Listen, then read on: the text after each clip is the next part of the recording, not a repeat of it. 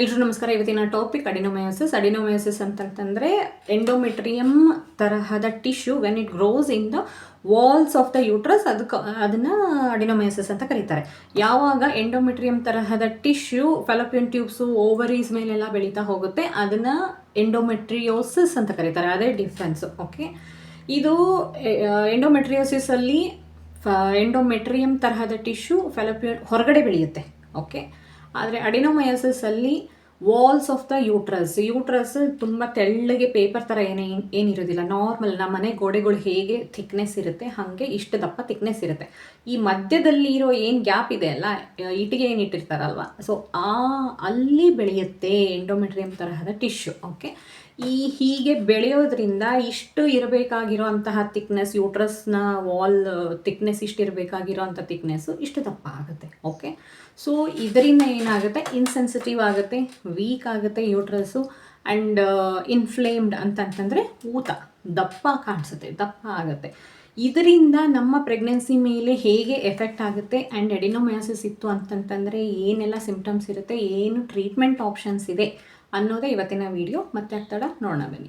So first most common symptoms ಏನಿರುತ್ತೆ ಅಡಿನೋಮಯೋಸಿಸ್ ಇದ್ದರೆ, ಏನೆಲ್ಲ ಸಿಂಪ್ಟಮ್ಸ್ ಇರುತ್ತೆ ಅಂತಂತಂದರೆ heavy and prolonged menstrual bleeding ಇರುತ್ತೆ, ಪೇನ್ಫುಲ್ ಪೀರಿಯಡ್ಸ್ ಇರುತ್ತೆ, ಅಂದರೆ ತುಂಬ ಕ್ರ್ಯಾಂಪ್ಸ್ ಇರುತ್ತೆ, ಪೆಲ್ವಿಕ್ ಏರಿಯಾನಲ್ಲಿ ತುಂಬ ಪೇನ್ ಇರುತ್ತೆ, ಆ್ಯಂಡ್ ಪೇನ್ ಡ್ಯೂರಿಂಗ್ ಇಂಟರ್ಕೋರ್ಸ್ ಇರುತ್ತೆ, ಆ್ಯಂಡ್ ಸಮ್ಟೈಮ್ಸ್ ಇನ್ಫರ್ಟಿಲಿಟಿ ಅಂದರೆ ಡಿಫಿಕಲ್ಟಿ ಇನ್ ಕನ್ಸೀವಿಂಗ್. ಓಕೆ, ಸುಮಾರಷ್ಟು ಜನ ಕನ್ಸೀವ್ ಆಗ್ತಾ ಇರೋದಿಲ್ಲ, ಅದಕ್ಕೆ ಕಾರಣ ಅಡಿನೋಮಯೋಸಿಸ್ ಕೂಡ ಆಗಿರುತ್ತೆ. ಓಕೆ, ಸೊ ಯೂಶಲ್ ಆಗಿ ಹೆವಿ ಬ್ಲೀಡಿಂಗ್ ಆಗೋದು ಇನಿಷಿಯಲ್ ಏನಂತ ಅನ್ಕೊತಾರೆ, ಹಾರ್ಮೋನಲ್ ಇಂಬ್ಯಾಲೆನ್ಸ್ ಅನ್ಕೊತಾರೆ, PCOD ಅನ್ಕೊತಾರೆ. ಬಟ್ ಕೆಲವೊಂದಿಷ್ಟು ಟೈಮ್ನಲ್ಲಿ ಪಾಲಿಪ್ಸಿಂದನೋ ಫೈಬ್ರಾಯ್ಡ್ಸಿಂದನೋ ಕೂಡ ಹೆವಿ ಬ್ಲೀಡಿಂಗ್ ಆಗ್ತಾ ಇರುತ್ತೆ.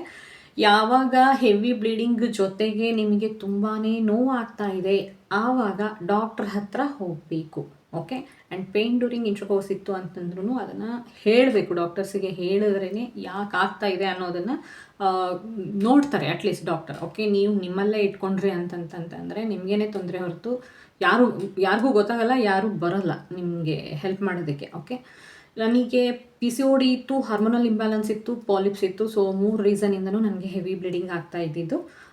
What problem it can cause during pregnancy ಅಂದರೆ ಅಡಿನೋಮಯೋಸಿಸ್ಸಿಂದ ಪ್ರೆಗ್ನೆನ್ಸಿನಲ್ಲಿ ಯಾವೆಲ್ಲ ಪ್ರಾಬ್ಲಮ್ಸ್ ಆಗಬಹುದು. ಫಸ್ಟು ಅಡಿನೋಮಯೋಸಿಸ್ಸಿಂದ ಎಂಡೋಮೆಟ್ರಿಯಮ್ಗೆ ಬ್ಲಡ್ ಫ್ಲೋ ಅಫೆಕ್ಟ್ ಆಗಿರುತ್ತೆ, ಆ್ಯಂಡ್ ಅಡಿನೋಮಯೋಸಿಸ್ಸಿಂದ ಸಿಗ್ನಲಿಂಗ್ ಹಾರ್ಮೋನ್ಸ್ ಎಂಬ್ರಿಯೋಗೂ ಆ್ಯಂಡ್ ಯೂಟ್ರಸ್ಗೂ ಸಿಗ್ನಲಿಂಗ್ ಹಾರ್ಮೋನ್ಸ್ ಏನಿರುತ್ತೆ ಅದೆಲ್ಲ ಡಿಸ್ಟರ್ಬ್ ಆಗಿರುತ್ತೆ. ಸೊ ಇವೆರಡು ರೀಸನಿಂದ ಮೇಜರ್ ಏನಾಗುತ್ತೆ, ಇಂಪ್ಲಾಂಟೇಷನ್ ಫೇಲ್ ಆಗುತ್ತೆ. ಯೂಶ್ವಲ್ ಆಗಿ ಇಂಪ್ಲಾಂಟೇಷನ್ ಅಫೆಕ್ಟ್ ಆಗುತ್ತೆ. ಇಂಪ್ಲಾಂಟೇಷನ್ ನ್ಯಾಚುರಲ್ ಆಗಿ ಕನ್ಸೀವ್ ಆಗೋದಕ್ಕೆ ಆಗೋದೇ ಇಲ್ಲ most of the time. Okay, ಕೆಲವೊಂದಿಷ್ಟು ಜನ ಆಗ್ತಾರೆ. ಸೊ ಯಾರೆಲ್ಲ ಕನ್ಸೀವ್ ಆಗಿರ್ತಾರೆ ಅಂಥವ್ರಿಗೆ ನೆಕ್ಸ್ಟ್ ಲೆವೆಲ್ ಪ್ರಾಬ್ಲಮ್ಸ್ ಅಂದರೆ ಮಿಸ್ಕ್ಯಾರೇಜ್ ಆಗೋದು, ಮಿಸ್ಕ್ಯಾರೇಜ್ ಆಗಿಲ್ಲ ಅಂತಂತಂದರೆ ಪ್ರೀಟರ್ಮ್ ಡೆಲಿವರಿ ಆಗೋದು, ಪ್ರೀಟರ್ಮ್ ಡೆಲಿವರಿನೂ ಆಗಿಲ್ಲ ಅಂತಂದರೆ ಪ್ಲೆಸೆಂಟಲ್ ಪ್ರಾಬ್ಲಮ್ಸ್ ಆಗೋದು, ಇಲ್ಲ ಅಂತಂತಂದರೆ ಸಿ ಸೆಕ್ಷನ್ ಆಗೋದು. ಸಿ ಸೆಕ್ಷನ್ ಆಗುವಾಗ ಯೂಶ್ವಲ್ ಆಗಿ ಸ್ವಲ್ಪ ಮಟ್ಟಿಗೆ ಬ್ಲಡ್ ಲಾಸ್ ಕೂಡ ನಾರ್ಮಲ್. ಬಟ್ ಯಾರಿಗೆ ಅಡಿನೋಮಯೋಸಿಸ್ ಇರುತ್ತೆ ಅಂಥವರಿಗೆ ಪೋಸ್ಟ್ಮಾರ್ಟಮ್ ಹೆಮರೇಜ್ ಆಗುವಂತಹ ಸಾಧ್ಯತೆ ಇರುತ್ತೆ. ಸೊ ಹೆಮರೇಜಿಂದ ಜೀವ ಕೂಡ ಹೋಗಬಹುದು, ತಾಯಿಯ ಜೀವ ಕೂಡ ಹೋಗಬಹುದು. ಸೊ ಇದೆಲ್ಲ ಸಿವಿಯರ್ ಕೇಸಸ್, ಸಿವಿಯರ್ ಇಷ್ಟೆಲ್ಲ ಪ್ರಾಬ್ಲಮ್ಸ್ ಆಗಬಹುದು ಅಡಿನೋಮಯೋಸಿಸ್ ಇತ್ತು ಅಂತಂತಂದರೆ. ಸೊ ಟ್ರೀಟ್ಮೆಂಟ್ ಆಪ್ಷನ್ ಏನೇನು ಅಂತಂತಂದರೆ 2 ಕ್ರೈಟೀರಿಯಾ. ಒಂದು ನಿಮ್ಮ ಫ್ಯೂಚರ್ ಪ್ಲ್ಯಾನ್ಸ್, ನಿಮಗೆ ನೆಕ್ಸ್ಟು ಮಗು ಮಾಡ್ಕೊಳ್ಳೋ ಪ್ಲ್ಯಾನ್ಸ್ ಏನಾದರೂ ಇತ್ತು ಅಂತಂತಂದರೆ ಅದರ ಮೇಲೆ, ಆ್ಯಂಡ್ ಸಿವಿಯಾರಿಟಿ ಆಫ್ ಅಡಿನೋಮಯೋಸಿಸ್, ನಿಮಗೇನಾದರೂ mild, moderate or severe adenomyosis ಇದೆನಾ ಅನ್ನೋ ಆಧಾರದ ಮೇಲೆ ಟ್ರೀಟ್ಮೆಂಟ್ ಆಪ್ಷನ್ಸ್ ಕೂಡ ಡಿಪೆಂಡ್ ಆಗುತ್ತೆ. ಸೊ ಟ್ರೀಟ್ಮೆಂಟ್ ಆಪ್ಷನಲ್ಲಿ first one hormonal therapy. Hormonal ಥೆರಪಿನಲ್ಲಿ ಪ್ರೊಜೆಸ್ಟ್ರಾನ್ ಬೇಸ್ಡ್ ಮೆಡಿಸಿನ್ಸ್ ಕೊಡ್ತಾರೆ, ಅದ್ರ ಜೊತೆಗೆ IUDs. Okay, progesterone based IUDs like Mirena ಹಾಕ್ತಾರೆ.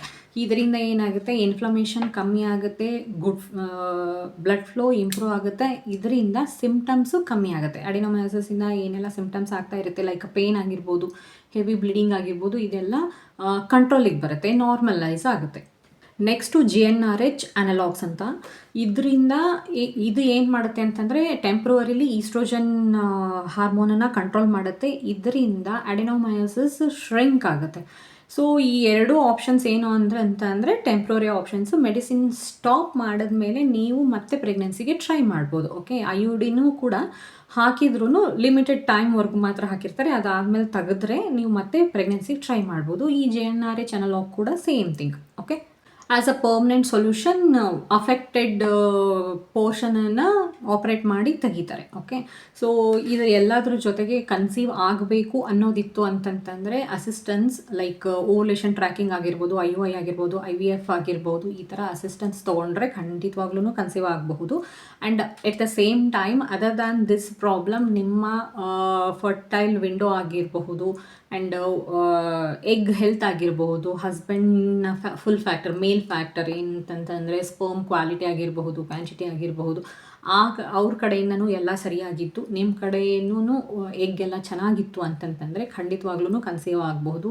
ದೋ ಏನಾದರೂ ಮೈಲ್ಡ್ ಪ್ರಾಬ್ಲಮ್ಸ್ ಇತ್ತು ಅಂತಂತಂದ್ರೂ ಅಸಿಸ್ಟೆನ್ಸಿಂದ ಅಂದರೆ ಆರ್ಟಿಫಿಷಿಯಲ್ ಇನ್ಸೆಮಿನೇಷನಿಂದ ಖಂಡಿತವಾಗ್ಲೂ ಕನ್ಸೀವ್ ಆಗಬಹುದು. ಬಟ್ ಏನು ಅಂತಂತಂದರೆ ಅರ್ಲಿ ಎಷ್ಟು ಬೇಗ ಆಗುತ್ತೆ ಅಷ್ಟು ಬೇಗ ಅದನ್ನು ಡಿಟೆಕ್ಟ್ ಮಾಡಿ ಎಷ್ಟು ಬೇಗ ಅದಕ್ಕೆ ಟ್ರೀಟ್ಮೆಂಟ್ ಕೊಡೋದಕ್ಕೆ ಸ್ಟಾರ್ಟ್ ಮಾಡ್ತೀರಾ ಅದು ಅಷ್ಟು ಒಳ್ಳೆಯದು ಅಂತ. ತುಂಬ ಲೇಟ್ ಆಯಿತು ಅಂತಂತಂದರೆ ಅದು ಸೀವಿಯರ್ ಅಡಿನೋಮೈಸಿಸ್ ಆಗೋಕ್ಕಿಂತ ಮುಂಚೆನೇ ನೀವು ಅದನ್ನು ನೋಟ್ ಮಾಡಿ ಗೊತ್ತು ಮಾಡಿಕೊಂಡು ಟ್ರೀಟ್ಮೆಂಟ್ ತೊಗೊಂಡ್ರಿ ಅಂತಂತಂದರೆ it will be more better ಅಂತ.